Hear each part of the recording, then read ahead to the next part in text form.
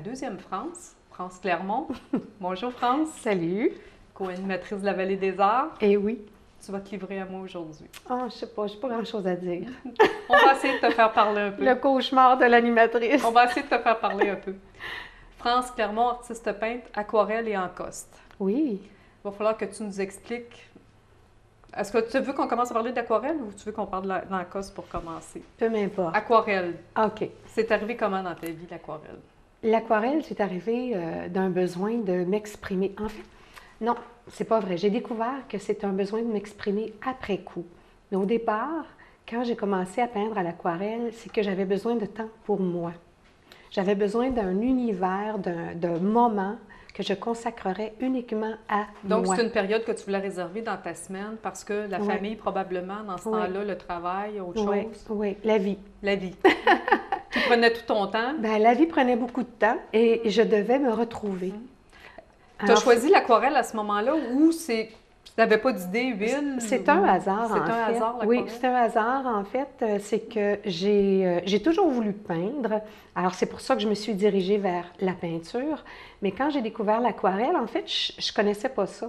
J'ai toujours voulu peindre, mais je ne voulais pas peindre à l'huile. Il y a des gens qui ne jurent que par l'huile. Moi, ça ne m'intéressait pas. J'aime pas l'odeur, j'aime pas c'est salissant, mais j'aime voir les peintures des gens. Mais moi, personnellement, je ne voulais pas toucher à ça.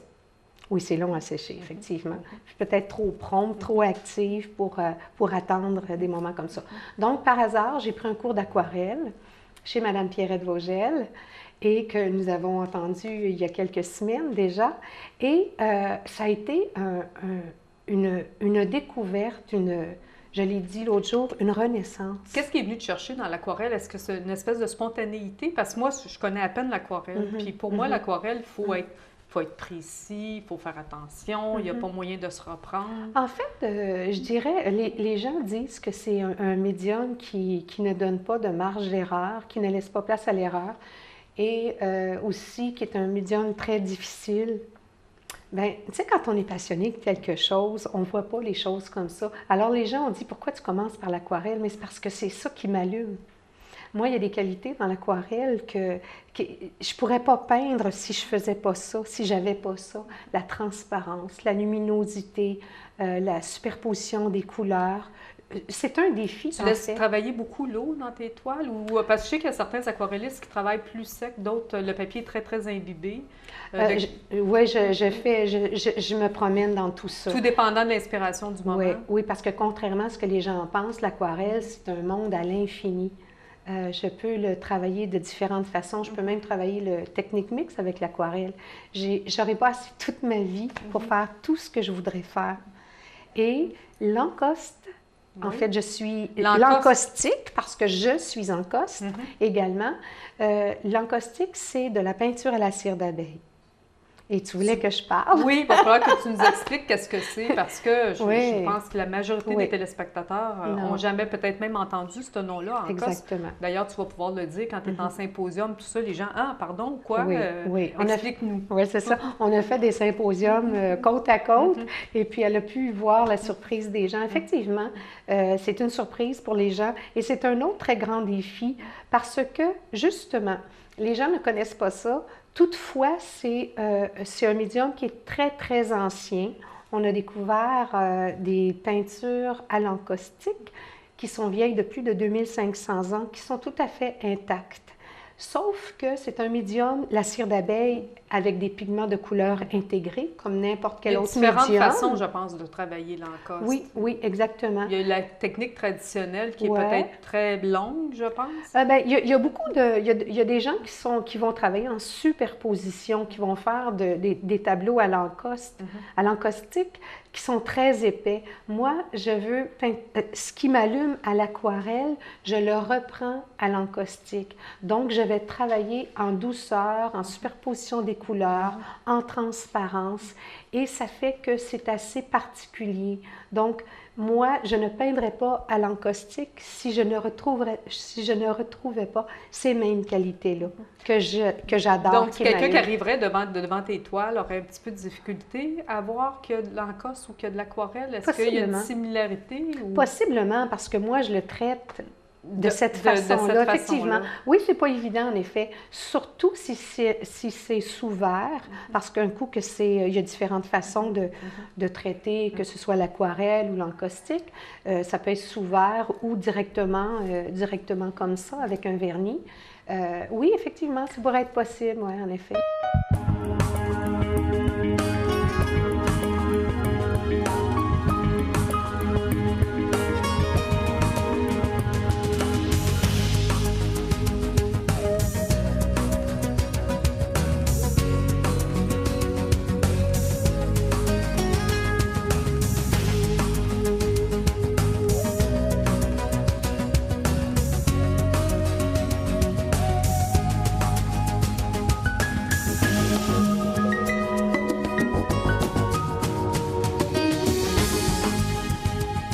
Je vais faire, en fait, je connais pas l'encaustique. Oui. Tu me parles de cire d'abeille. Oui. Tu fais quoi? Tu prends j'ai pas apporté un pain de cire d'abeille? Non, en fait... on travaille comment à l'encaustique? Bon, les gens, pour situer les gens, c'est que ceux qui peignent à l'huile, bon, ils vont acheter un tube d'huile qui va déjà être mélangé avec des pigments. D'autres vont faire leur mélange, mais il y a beaucoup de gens qui vont acheter un tube d'huile avec donc de la peinture à l'huile. Des gens qui vont acheter l'acrylique, la même chose, dans un tube, c'est la même chose. L'aquarelle aussi, on peut l'acheter en tube. Toutefois, quand j'achète ma cire, c'est qu'elle est déjà mélangée avec des pigments de couleur. Donc, c'est comme un bloc de cire. Donner une image, c'est peut-être comme des crayons de cire, en fait, mais ce sont des blocs. OK? Alors, moi, je ne l'achète pas. Je ne veux pas mélanger ma cire avec les pigments de couleur parce que c'est toxique de jouer dans cette poudre-là. Alors, je préfère avoir mon bloc. Il faut que tu fasses fondre ton bloc. Oui. À ce moment-là, tu n'utilises sûrement pas le bloc directement sur la Non, toile. j'ai un petit fer à repasser miniature pour se donner une image. Je dis que c'est un fer à repasser, mais c'est précisément pour l'encaustique. C'est un fer à peu près la grosseur des anciens fers là, que nos grands-mères se servaient là, sur les poêles à bois, cette grosseur-là. Et je branche mon fer qui est électrique, je prends mes pastilles de couleur, je les fais fondre et la cire, évidemment, se liquéfie instantanément et j'applique et je peins uniquement avec ce fer. À partir du fer, ça veut dire que ta cire a fondu sur le fer au départ ou tu fais des copeaux sur ton... Non, sur ta je l'avais liquéfié sur mon fer. Moi, c'est ma technique à moi. Et c'est ce qui fait que je travaille pas en épaisseur, mais je travaille en... Je peux me faire des lavis. Tu peux revenir à retravailler. Est-ce que tu travailles sur un papier ou sur un canevas? C'est pas sur un canevas parce que la cire va craqueler. En fait, elle est hydrophobe, elle résiste au temps. C'est pour ça qu'on a trouvé de très anciennes peintures. C'est ce qui va travailler le mieux à travers les âges, les années. Toutefois, ça prend un support rigide. Alors, je peux très bien peindre sur papier, mais à ce moment-là, je vais le mettre sur une surface lisible. Un marouflage. Oui, ça ne sera pas sur une toile. Donc, tu vas travailler plus sur un maçonnette à ce moment-là? Ça pourrait être sur un maçonnette, oui, effectivement. Aussi. Qui te permet de faire tes transparences, de faire tes superpositions de cire, de gratter à la limite? Oui, il y a tout. Il y a différentes façons d'aller travailler ça. Il y a plein de secrets, en fait. France, tu disais que, comment je pourrais dire, tu as parti cet art-là pour avoir un petit côté à toi dans ta semaine, mais c'est depuis longtemps quand même, ça fait partie de ta vie. En fait, oui, j'ai des enfants et je peignais des murailles, je peignais les chambres des enfants. En fait, ça t'habite toujours un peu. Les arts, c'est en toi. Tu sais, on entend souvent des artistes dire « Ah, j'ai commencé tard » ou on interviewe des gens qui nous racontent chacun leur histoire. Mais il y a quelque part que ça t'habite. Ça t'habite depuis toujours. J'étais une petite fille, moi, puis... Je faisais des spectacles, je montais c'est moi qui dirigeais la scène. Donc, ce côté-là. Mais le volet des arts visuels, ça a toujours été là. Tu ne l'exprimes pas pourquoi. Parce que la vie t'amène ailleurs. Mais c'est sûr et certain que quand je l'ai découvert, c'est comme si ma vie me poussait dans le dos. Maintenant, j'avais comme une urgence de peindre. C'est ça qui arrive, en fait. Tu as besoin d'exprimer ça. Et ça devient... J'ose pas dire le mot drogue, là, je l'ai dit. mais c'est un besoin. Oui, c'est un besoin, c'est nécessaire, c'est ton souffle de vie.